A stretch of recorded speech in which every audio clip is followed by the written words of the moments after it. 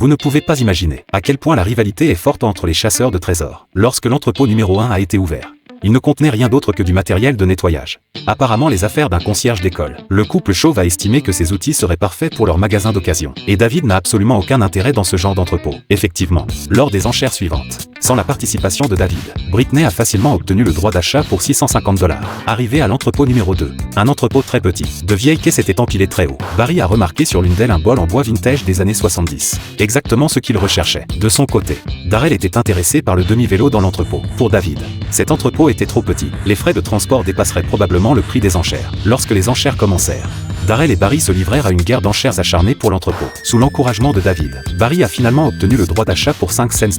David, qui n'avait encore rien acheté, s'est dépêché de se rendre à la prochaine vente aux enchères. Pendant ce temps, Barry commençait déjà à chercher des trésors. Outre le bol en bois qui l'intéressait, les déchets trouvés remplissaient presque le couloir. Mais l'instant d'après, Barry a découvert dans une caisse une pile de disques vintage dans une boîte, qui semblait valoir une belle somme. Au même moment, David participait à une nouvelle vente aux enchères, et, en descendant de sa voiture, il a croisé Darrell, qui n'avait rien acheté non plus. David fit un geste arrogant avec ses mains en forme de pistolet à l'intention de Darrell, cherchant apparemment à l'intimider. Bientôt, les portes du nouvel entrepôt s'ouvrirent.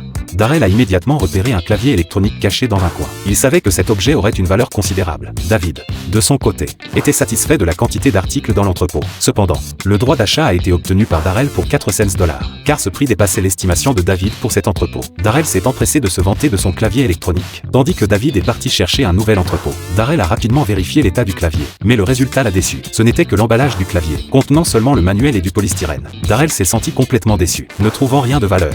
Darrell remarqua que David revenait les mains vides, et commença à dire à l'animateur que l'entrepôt contenait de bons articles, mais pas ce dont il avait besoin, et qu'il souhaitait les revendre. David, qui se tenait à côté, s'est approché pour écouter. Finalement, David a acheté le droit d'achat à Darrell pour 4 cents. Le prix initial. Darrell s'est vanté d'avoir vendu des déchets à David. Pendant ce temps, Barry a montré les disques à un expert pour une estimation. Le disque le plus ancien a été estimé à 100 $. En entendant cela, Barry a pensé qu'il avait fait une bonne affaire, mais les autres disques n'ont été évalués qu'à 10 $ chacun. Le sourire de Barry s'est instantanément effacé. Au final, les disques de Barry se sont vendus pour 325 $, soit une perte de 175 $ après déduction des coûts. Pendant ce temps, le couple chauve avait déjà rassemblé de petits objets d'une valeur de 239 $.